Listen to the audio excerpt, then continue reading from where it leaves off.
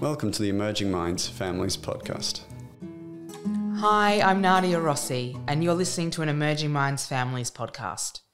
We would like to pay respect to the traditional custodians of the land on which this podcast is recorded, the Kaurna people of the Adelaide Plains.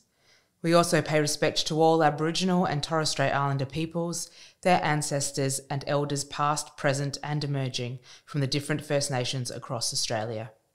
In today's episode, we will be discussing the complex topic of child removal, child protection and reunification.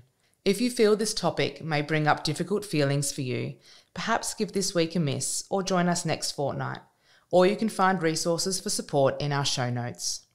When stigma happens to our families, it can be really hard to know how to respond. But there are many ways that families can and do respond to stigma, discrimination and injustice to hold on to their family's dignity and support their children's well-being. This podcast is part of a series where we explore some of the ways families do this. Maybe you will connect with some of their stories and skills, or maybe they will spark some ideas for facing stigma in your own family. In this episode, my co-host Alicia Ranford is talking with Sam Carpenter and Catherine Flavel. Sam is the Senior Manager and Catherine the Senior Practitioner at Centacare's Unify reunification services. They are here to talk about parents working towards reunification and what it can be like for parents and children who have been separated by child protection, including the shame and stigma they can experience. Welcome, Sam and Kathy. It's great to speak with you today. I wondered if we could start by hearing a little bit about you and the families that you work with. Kathy, I wondered if you wanted to kickstart us off today. Thank you. So I've been working in a reunification program for, I've almost lost count, I think it's about 8.5 years. And before that, I worked as a family and relationship counsellor. I really believe in this work. I believe that children need to be with their families if it's safe. It's a bit of a passion of mine, and I've worked in this program firstly as an on-the-ground caseworker and then as a senior practitioner, and now I'm more in the therapeutic role. Fantastic. And Sam? Yeah, hi, my name's Sam. So I've been working at Centacare for about 6 years now, and I've worked in the child protection, I guess in the field of child protection for, I don't know, probably about 25 years now, all of my working life really. So it's always been, part of what I do and a passion of mine. But since working at Centacare, I've really feel like I've found the way that I like to work and the way that I think is really useful for families. So that the service that we both work at is called Unify. We're a reunification service, which for people that don't know what that is, that's a term that we use in child protection for after a child is removed, the process of hopefully them returning to live with their family again. Sometimes that's successful and sometimes it isn't, and we are not the decision makers in that regard. Obviously there's a government party involved, that's DCP, Department for Child Protection. So they are both the funders of our service and also the decision makers generally for children. When we work with children, we work with a whole range of different families and situations. We work with children and young people who have just been removed from their family and might be on a short-term court order or might be just not even on a court order at all. And we also work with children and young people who've been in care for a really long time and who may not have experienced safety and stability in care, might be coming back home to their parent in some cases without the approval of DCP, and in some cases where DCP have decided that's probably the best option for them. So the focus of our service really is working with parents. Parents are our main client, and working towards that parent, building their parenting skills, building their parenting knowledge, understanding of themselves and their children so that they can parent safely again, which is really important for us to be able to do that, and it's a privilege to be able to do that as well. And it's great that we have a government decision maker involved, because that means that we can really focus on what a parent needs to meet their goals. And I'm imagining that it's what the parents and children need to meet their goals. Yeah, so I guess there's lots of different ways of looking at child protection and lots of different strong opinions about it. There's often this kind of, I guess, a competitive dynamic between being child-focused and being parent-focused. We kind of see them as the same thing. When you're focusing on a parent, you are actually focusing on what a child needs. And if you're unable to work respectfully with a parent and not able to give them what they need, then ultimately that's cutting to the core of the child's identity and the meaning that they make about themselves in the world. I guess the way we look at the term child focused is that being parent focused is part of that. Thanks, Sam. That's a really lovely way to be thinking about this. What are some of the things you notice about the parents that you interact with during your working day? I think the most important thing, the most central topic to parents and their children being removed and the child protection system is trauma, and particularly intergenerational trauma is really central to this. That's, I would say, when I talk to people about what we do, I would say that's our core business, is responding to intergenerational trauma. And when we deal with families who have experienced trauma in their lives, one of the things that we notice is that people that experience trauma often don't experience it just once. They often need to experience it or have to experience it again and again and again. And for many people with trauma, I think sometimes it's difficult to distinguish rather between the past and the present. So child removal itself is a trauma. People who have their children removed, by and large, are people that have experienced intergenerational trauma. I'd say almost 100% of the people that we work with have experienced trauma in their own lives, generally in their own childhood. And when you have those experiences in your life and then you experience a child being removed, often that feels very, very similar to the trauma that you may have experienced in the past. And people that have had those experiences of trauma often have what we call creative adaptations, so ways that they have learnt to keep themselves safe in the world that were really effective for people in childhood or at the time when they experienced that trauma, but might not be serving them so well now or in the present. So that's one of the things that we come across a lot. And often what I say is our main client is not necessarily the parent as an adult, but that parent as a child. The other thing that we notice about our work is about parenting identity. So parenting is not like a job. It's not like going and working at Bunnings or whatever. It's actually something that really, when people become a parent, that's actually part of who they are. They become, that's part of their identity. And so being a good parent obviously is an important thing for all of us who are parents, and if we're not a good parent, what does that say about us? And so when people have children removed, particularly people who have had their own childhood trauma, for whom being a good parent is extra, extra important, that is actually cuts to the core of who they are. And I think, so because of that, so that their self-worth, their purpose in life, all is impacted by child removal. And I think, therefore, shame and stigma are some of the most important themes that we come across in our work with families. Yes, that's a good reminder, isn't it? And when we talk about shame and stigma, I'm certain there's probably a lot of people listening today who have perhaps preconceived ideas about families who've had their children removed. What might those preconceptions miss, and what might people not know about the families that you support? A really important thing that I think about 100% of the families that I work with, and I've been doing this for many, many years now, is that I have never, ever met a parent that does not love their child. I have never, ever met a child that does not love their parent. But I have met many families, many parents and many children that are doing it really, really tough. That things like poverty, homelessness, not having enough resources, being misunderstood, being judged instead of people thinking about the pain that they're feeling and coming alongside them and thinking about what resources they might need and what help they might need.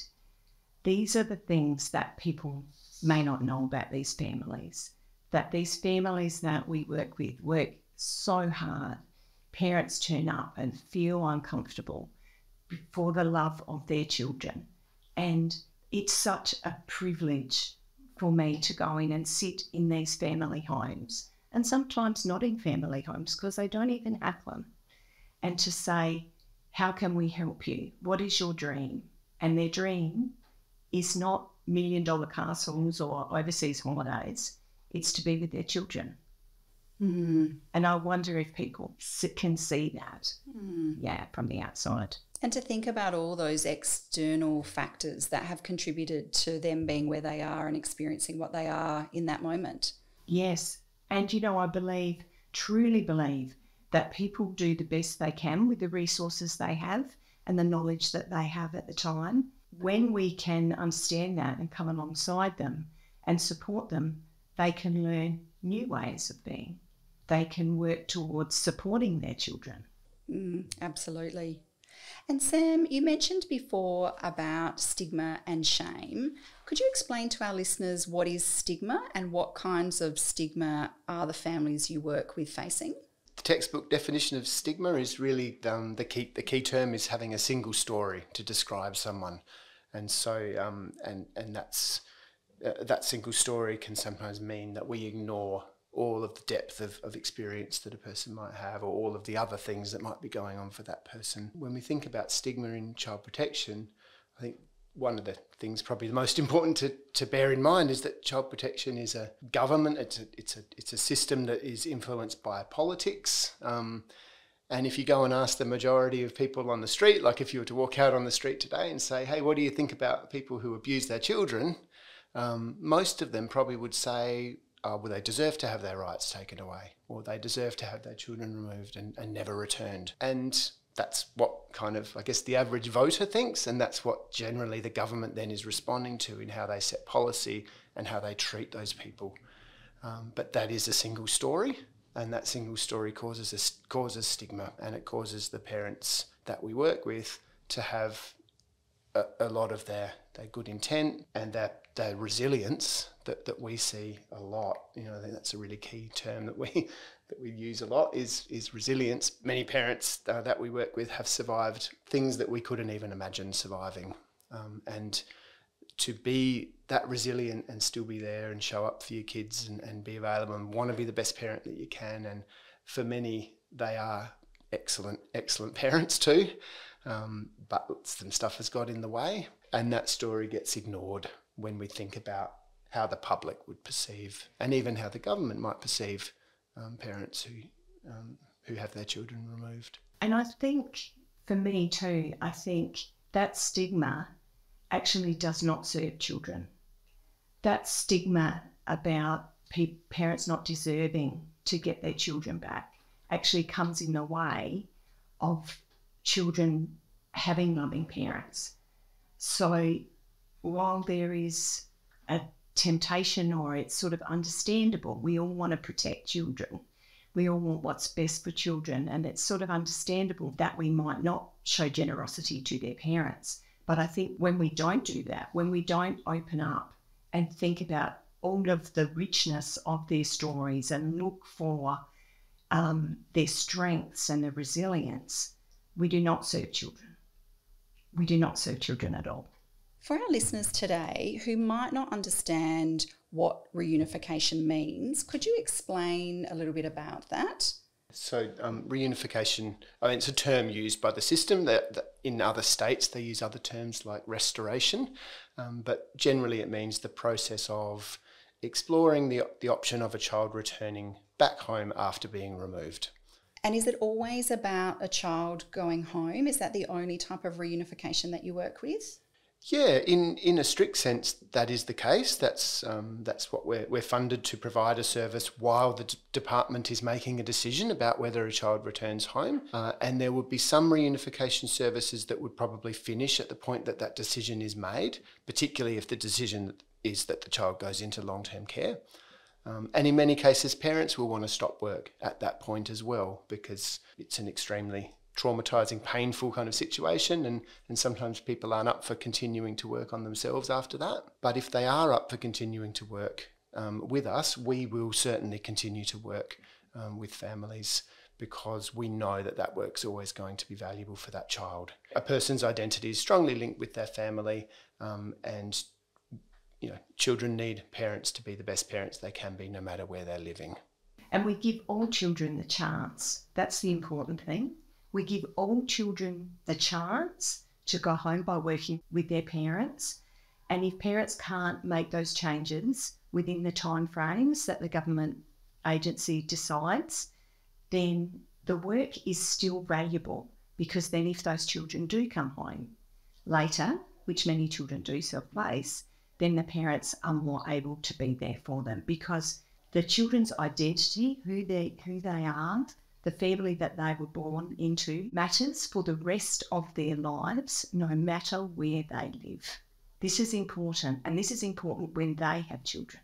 When we think about stigma in the systems with which our daily lives function, like school system, the health and legal system, and even the child protection system, can you talk a little bit more about the way stigma can show up in the lives of the families you work with? Yeah, so I guess I kind of alluded to it before, but all of those systems that you talk about, they're all political systems. They're all things that are influenced by the government of the day, by voters, by what we think people will, the majority of people think is okay, and I think that certainly leads to those systems sometimes being stigmatising.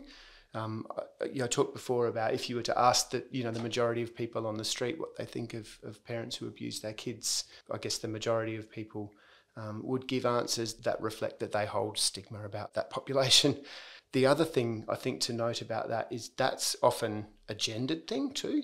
I think if we were to ask people about what they think about mums who abuse their children, generally their answer would be very different to what they would say about dads who abuse their children. And I think we see that play out as well in the child protection system. Mums and dads, rightly or wrongly, are treated very differently in the system.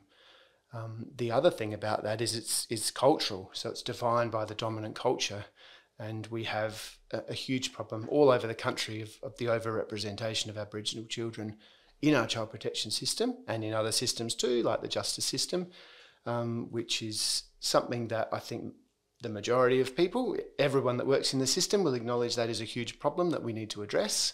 That is not okay, but why haven't we been able to address that? I think that's about stigma, and that's about the way dominant culture or political systems have a particular way of looking at what is safe and what is not safe, and that's a culturally defined idea. So I think that's what kind of causes the systemic racism that we do experience in the system. I think it's really important to note there's so much pressure on teachers and health professionals and those systems with their mandatory reporters. There's a lot of pressure and accountability on those people that work in those systems that can sometimes overshadow being able to sit and look at the bigger picture. And when we look at the bigger picture, then we can see what resources are missing and bring those resources in to be able to really help the parents.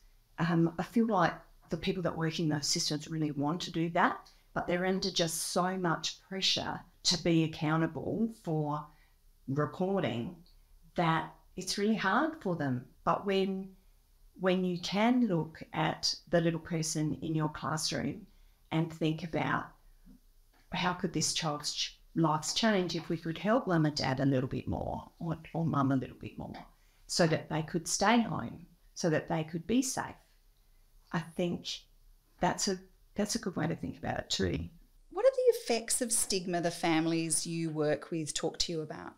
I think sometimes the effects of stigma on families that we work with, sometimes it almost comes in the way and denies them the ability to lean into help that is available, because there's a bit of a paradox, I guess, that when people feel shamed by the behaviour that might have led to child removal and the behaviour that might have led to children not being safe, they feel like that might impact on their chance to get their child back. And so that also impacts their ability to open up and receive the help that they need. And so it's really tricky when you work with these families. Like, there's a real difference between, or the way that I think about it, there's a real difference between accountability for their behaviour and really saturating people with responsibility and shame, because when we do that, we limit their capacity to change and grow. So it's a really delicate balance to hold people in that way, that you did the best you could that you did at the time with the resources that you had, but that didn't really work out so well. So how can we go back and think about that in a different way?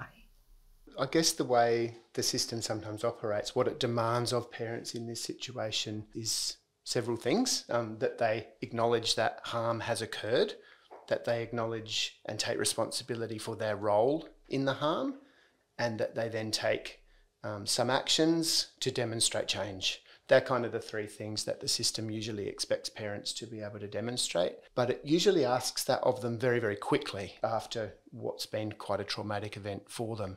And that's really difficult for people to do, particularly when they don't feel that their experience of trauma has been validated, or that they have had empathy about what they've been through. And I guess what we talk about when we talk about these situations, the idea of child focus or the child's rights or the child's voice, that's usually seen as a bit of a slam dunk argument, that no one can argue with that, the importance of those things. And so if the parent is not seen to be child focused in the way they talk about the experiences that they've had, that generally means that they're not viewed favourably in terms of having their children returned. What I think we see is that there's actually an important step to take before you ask parents to do that, and that's to validate and acknowledge the experiences that they have had, and to acknowledge what Kathy said, that they've actually done the best that they could with the resources available to them. And so rather than looking at that parent as a person, probably what we need to be looking at first is what resources did they have available to them at the time, and what resources can we make available to them now.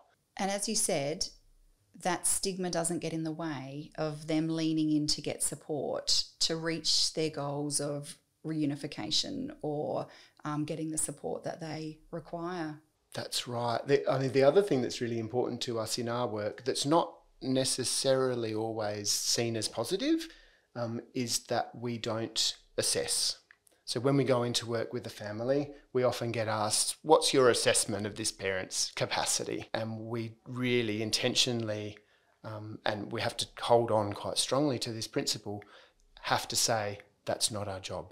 We're not there to assess, because when we do, we're actually becoming then a barrier to them reaching out and receiving the support that they need to process their trauma, to make the changes that they need, and to have someone on their side, which is something that we've always often heard from parents as being really important. Yeah, and I think because we do take that stance, parents do lean into our support, and we can go to places that they wouldn't necessarily go if we were doing assessments, and that's where the real magic happens. That's where the real change happens. And that doesn't mean that we don't work with the department and inform them of our observations so that they can make their assessments. But that's always done with total transparency of the parent, unless there is a risk to a child, that by doing that we would put a child at risk. We would never do that. Of course we see the risk, but we would encourage parents to be able to sit with uncomfortable feelings and bring forward information to the department and support them to do that, because that's part of their healing, and that I think is really important. And within those uncomfortable feelings that you speak about, can we talk about shame? And in your experience, is shame helpful or harmful for families who are going through tough times and facing stigma? I feel like the whole range of human emotions are there for a reason. So I think a little bit of shame, if it is supported with empathy, can be useful, but we don't want parents to drown in it, because I think a way that I think about shame is that when we feel shame, we can sometimes feel like we're a bad person. And how do you grow and learn and do things differently if you're just fundamentally bad? That's really, really hard. Whereas if parents can understand that, you know, they were born a beautiful, innocent little baby once, and then they had some really tough stuff that happened to them, that they developed these creative adaptations to survive, and that might have caused them to act in a way that maybe served them when they were a child, but it doesn't serve them now as parent.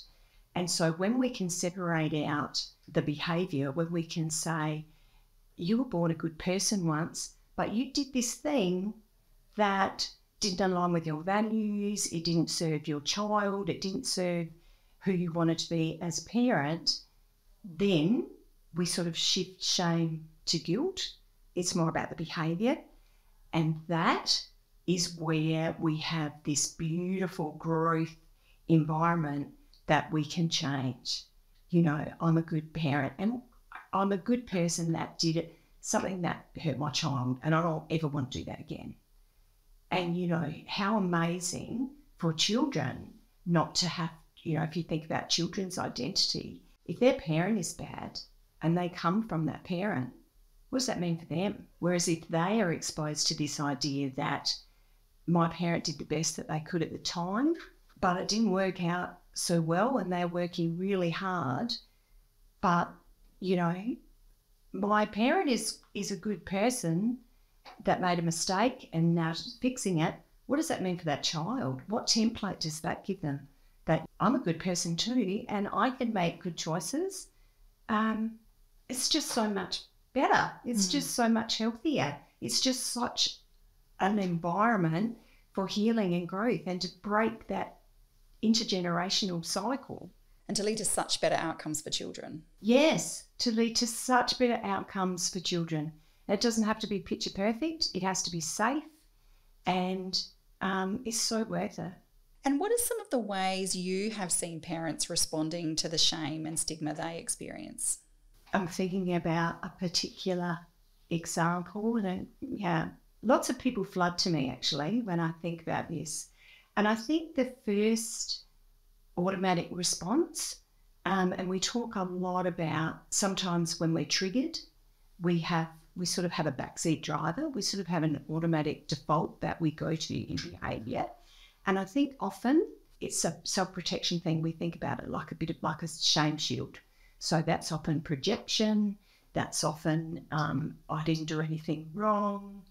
And when we understand that and can sit alongside that and try and show empathy, then people have the power to put that down and to be able to take accountability and to think about, oh, this feels really bad. This feels really bad. I feel really bad that I did this thing.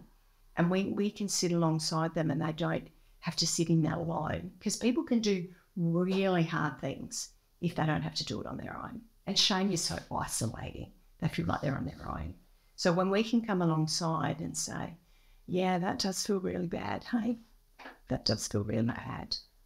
And you can tolerate this feeling so that you can make a better choice and live a better life and be the parent you always dreamed to be.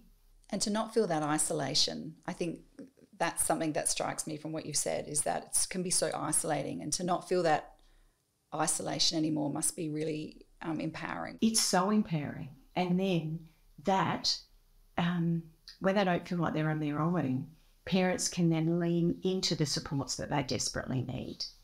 You know, but it's hard for all of us, hey, to do stuff on our own. It's so much, and we use the phrase a lot in our program that we walk alongside the families that we work with. We walk alongside children. We walk alongside parents. Sometimes towards the end of our intervention, we even walk a step behind, but we try not to walk too much in front of them, because that's disempowering. And what about children and young people? What are some of the ways you've seen children respond to the shame and stigma that they have experienced? We worked with a family where 3 little children were returned to their dad, and it was a lot of work. They were in foster care, and there were some care concerns in the foster care placement, and so they were. So then DCP looked again and decided, oh, maybe Dad has made the changes. And I remember going out and being in this home, and this little girl came up to me and said, "Why are you still here?" And I said, "Well, we're here to make sure that you feel safe coming home with your daddy." And she was like, "I'm safe with my daddy." And, you know, the experience that I had, the meaning that I took from this interaction was that she really needed us to be on her side and to be on Dad's side. Like, she didn't need the stigma that her daddy wasn't safe. She needed the opposite, actually. She needed us to believe in her dad and to believe in her and to believe in her family and to believe, you know, and not blindly believe. Of course we see risk, but we don't want that stigma to get in the way of her being able to trust her dad anymore. You know, we did a lot of work to support Dad to be able to say what happened before you were removed was not okay, and you didn't feel safe. And these are the things that I've done now so that you can be safe. Things are different now to help her believe that. I think that's the greatest gift for her to feel like, yep, they understand. My dad understands that was not okay, and he's changed, and things are different now, and I can feel safe. Because this big leg of faith, it's, you know, a big thing for kids to come back. And so they need us all to wrap around that, not come in the way of that. I mean, one of the things that we talk about a little bit is mistakes of meaning and blame. So for children that have been through these sorts of experiences, it's often hard for them to see the whole dynamic of what's gone on, and often for a child, their kind of natural response to that is to blame themselves, or to say, you know, this happened because of something I did, or because of who I am. And so being able to correct those is an important way of helping children to be able to stand up to the stigma and shame of being removed from your family, of being in care. What we think is one of the most important ways of doing that is through the parent telling that narrative, and telling it in a child-friendly way, of course. You know, they need to be at a point where they're not blaming everyone else for that. But that is one of the most healing ways of a child being able to overcome that stigma and shame is hearing the story of their relationship with their parent from their parent's point of view, and then all of those other things obviously happening as well. You know, the system around being able to reassure that child that things have changed, mum or dad are safe now. You know, kids are pretty intuitive, and they can tell if we don't really think that, and they can certainly tell when when the department is still involved, and when they're still visiting a lot, and when they're visiting them at school to see them without their parent. Things like that really kind of cut across that message of things have changed, you're safe now, and that then can become a little bit self-fulfilling. So it can mean that, you know, children do feel unsafe even when maybe they're not. Those are really important things as well, correcting those mistakes of meaning and reassuring the child that they are, if indeed they are safe, making sure that message is given by everyone. And really helping them to make meaning of the whole experience that they've gone through. It sounds like that's very important as well. You know, this family, the really magical thing was that this little girl could say, I was scared, Daddy. I was scared. And that he could say, I know you were. I'm sorry. I never want you to be scared again. You know, not dismissing her fear. That's how we work, to tell the whole story, not just the good bits, the whole story, and then to repair that what I'm hearing from our whole conversation today is that working with parents to overcome that shame and stigma and to allow them to have those conversations with their children through this reunification process really helps the child to move through their own experience, make meaning, and help this family come back together without either of them feeling the shame and stigma that they did previously. That, you know, as the parent, yeah, the child can feel, I love my parent, they love me. This was really hard. We both lost out. The parents lost out on having time with us. We lost time having time with our parents. But we can do hard things. We can work this out. We can make this better. This does not have to be our whole story. And we come back to that, you know, the danger of the single story. Stories have so much richness to them, the good, the bad, the resilience, the disappointment. When children can experience alongside their parents, when they can experience that, then, you know, that makes for really rich family identities that go on generation after generation, and particularly with our Aboriginal families. You know, the importance of that identity. You think about colonisation and that story. We don't want to keep doing that. We don't want to keep doing that. We want to hear from them how they think they can come together and heal. And unfortunately, how we approach keeping children safe often ends up placing a lot of blame and pressure on parents and carers and individual families rather than addressing those kinds of forces that mean families are going through tough times in the first place. What role do others have in standing alongside the families you work with to reduce their shame and stigma?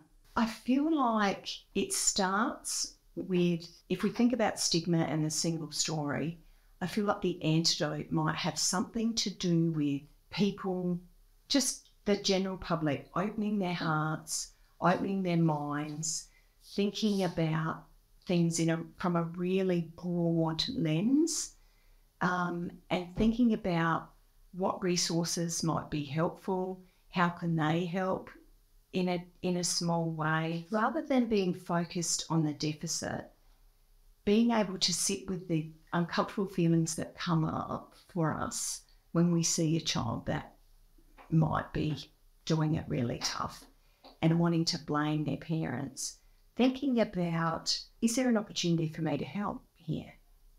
Even if it's in a small way, is there an opportunity to give a kind word to a parent that comes in that might look like they're doing it really tough, rather than feeling uncomfortable and getting lost in our own discomfort and walking to the other side of the room? You know, to be curious about what's happening for that family. Always holding on to our curiosity rather than focusing on deficit, focusing on an opportunity to come alongside. Saying anything is better than saying nothing. Walking alongside and starting up a conversation. You know, Susie's really good on the slippery dip. Just something that you would say to somebody that isn't doing it tough. Just opening up lines of communication, you know. I noticed that Jenny and Susie both like that swing. They both want to be on that swing at the same time, and really finding moments of connection and sameness rather than how are we different. I think stigma and shame really breeds an us and them sort of mentality, where to remember we are all parents. We have all struggled getting our children off the slippery dip and home for dinner, and to connect on those moments of sameness. That's a beautiful thing for all of our listeners to remember, and can be taken across so many different scenarios. And I love that, finding connection of sameness. I think that's something we can all remember to do. You both obviously work in a fairly specialised service. From your years of experience, what advice would you have for parents who are feeling shame and stigma about what's happened or is going on in their lives? Yeah, it's a tricky one to answer because we can only answer it from the point of view of the work that we do. But I think the answer is probably captured in some of the ways that we work. And one of the most important things is to have empathy for yourself, to know within yourself that you have done your best, and you have done your best with the resources that are available to you at the time. And remembering that is a way of actually, I guess, freeing yourself to actually look at doing things differently, to understand that trauma works in really interesting ways, and it can make you make decisions that seem like they are right at the time, because when you were a child, that probably was the only way of surviving, was to behave in that way. But as you get older, you do sometimes need to adapt different ways of being in the world. I think they're important things to know, but also to know that you're not alone. I think the other important fact is definitely that there are so many people going through this, so you're not alone. And it is possible to get help, and it is possible to heal from past trauma. It can seem like an insurmountable thing, like a massive mountain that's almost impossible to climb, but it's not. There is help available. And that might look like, firstly, talking to your GP, getting a mental health care plan, exploring what some of the therapeutic services are in your area. They're not all costly. Centacare has a family and relationship counselling service that we often refer families to. That is low cost or free. And obviously there are some, not that many, but there are some therapists that bulk bill. Just getting out there and believing that there is something out there for you if you look hard enough. And starting with your GP is a good place to start. In your experience with the families that you work with, what do you think they'd want our listeners to know today about child protection and the feelings of shame and stigma? We recently made a video actually of one of the families that we work with, and she wanted to tell her story because she had worked really hard and her children, or her little one, was returned to her. And the thing that she said was that when I first met you, I hated you. I didn't want you here. I didn't think that you had anything to offer me. I thought some of the things that you said were rubbish. This is not a direct quote, but and she said, when I met you, this is a direct quote, my heart was broken. There was no light at the end of the tunnel for me. And she said, now I've had so many aha moments, and I realised the things that I hated that happened to me as a child, I had repeated, but I just didn't realise that. And she said, now there's nothing but light at the end of that tunnel for me. Isn't that beautiful? Thank you for sharing that with us. And thank you so much to both of you for joining us today. It has been such a beautiful insight for our listeners about the effects of stigma and shame and what they can have on children and families who are navigating child protection. And you've also provided some really wonderful ways that we can support those who may be feeling the effects of stigma and shame. So thank you for joining us today. Thank you. Thank you. And thank you to our listeners for joining us. If you would like to keep up to date with our latest conversations, we'd love it if you like and subscribe to our Emerging Minds Families podcast channel. You can also find us on Instagram at Emerging Minds AU or on Facebook at Emerging Minds Families. You have been listening to an Emerging Minds Families podcast. If anything spoken about in today's episode has been distressing for you, or you find yourself struggling, please reach out for help. You can call Lifeline on 131114, or we'll have more resources for support in our show notes. Visit our website at www.emergingminds.com.au/families for a wide range of free information and resources to help support child and family mental health. Emerging Minds leads the National Workforce Centre for Child Mental Health. The National Workforce Centre for Child Mental Health is funded by the Australian Government Department of Health and Aged Care under the National Support for Child and Youth Mental Health program.